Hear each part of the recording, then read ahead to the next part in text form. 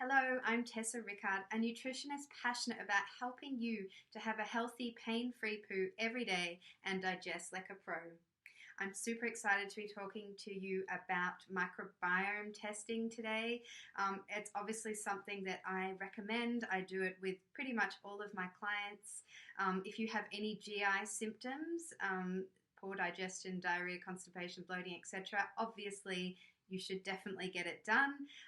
My own gut health journey started with getting one of these tests done years and years ago, and I found so much information that I was able to act on and to improve my health.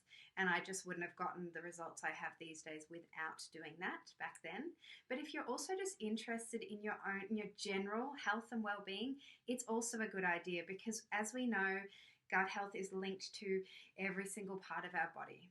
So it's all interconnected. And if you are someone who really enjoys improving your health and optimizing everything and getting into that beautiful homeostasis, then checking your microbiome once a year or so is a really good way to track how you're going. So I wanted to talk about some of the different symptoms and things that you might be noticing in your body and how a microbiome test might be relevant for you. So I won't go for too long, but chronic constipation I'm going to start with. So there's actually there's a few different bacteria that cause a lot of gas production. And some of those gases can really slow down your digestion and cause a lot of wind and discomfort and constipation. So checking your microbiome if you do have chronic constipation or diarrhea is a really good idea because there's these certain profiles where you'll see a lot of a particular type of overgrowth of bacteria for chronic constipation or diarrhea. And if you can work out what it is that's causing that and then adapt your diet and use some prebiotics as some therapeutic foods in order to suppress that bacteria and help some of the other good bacteria increase, you can actually have long-term relief of these symptoms. Another one is pain in your abdomen. So do you just press your belly and go, it just always hurts, it just always feels uncomfortable? And when you get wind and inflammation, it seems like you are affected so much more than other people. So that's called visceral hypersensitivity. And again, this is something that you can look at with a microbiome test. There's a couple of different bacteria in particular that produce a lot of hydrogen sulfide gases. And most people who have that discomfort and that visceral hypersensitivity will often have quite high levels of them. Now, they are super inflammatory and you definitely want to lower them. So it's worth getting that checked out. Even things like I always say brain fog. I have a pet frog. It's just, I've got frogs on the brain. Brain fog and fatigue are another couple of really telling symptoms that you've got a lot of dysbiosis and that it's worth doing a microbiome analysis to try and rebalance your gut and get things back to how they should be. Again, depression, anxiety. So I worked with a child who was 8 years old at the time, quite hyperactive, had a lot of trouble falling asleep and staying asleep. Parents were at their wits' end.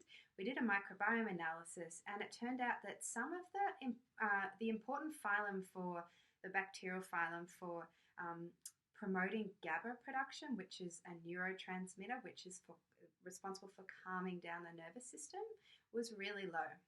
In fact, it wasn't really low. There was none. We couldn't. There was below detectable levels on the test. So we are trying to regrow that bacteria. We haven't retested it yet. But in the meantime, we've been supplementing with small amounts of that neurotransmitter, which is safe to do. And guess what? This child is now taking his GABA every night before bed and sleeping really well and staying asleep. And his mood and behavior is a lot calmer during the day as well. So that might be one of the ways you haven't thought about microbiome analysis being applied to a particular symptom.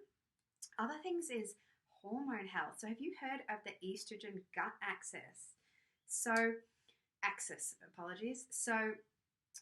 a lot goes on in the gut for hormone production and hormone clearance. So you'll be surprised how interconnected they are. If you have especially high estrogen conditions like PCOS or endometriosis, or if you get really uncomfortable symptoms every month, like a lot of pain and bleeding, it's definitely worth getting your microbiome checked. It may mean that you have elevated beta glucuronidase, and that's something that's quite easy to work on and improve if you know how to do it and if you know what's going on in the first place as well.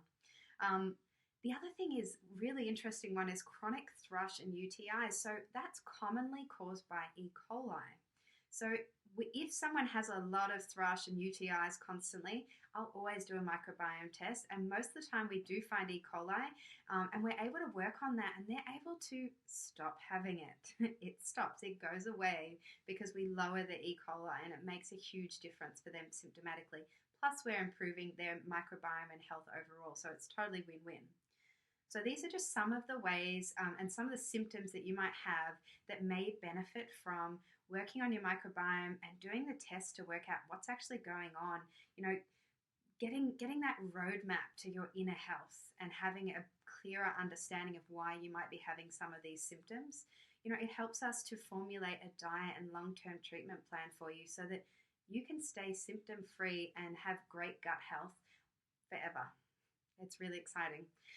If you want to, you can also track your progress, and it's quite fun to watch some of those good guys increase in populations again.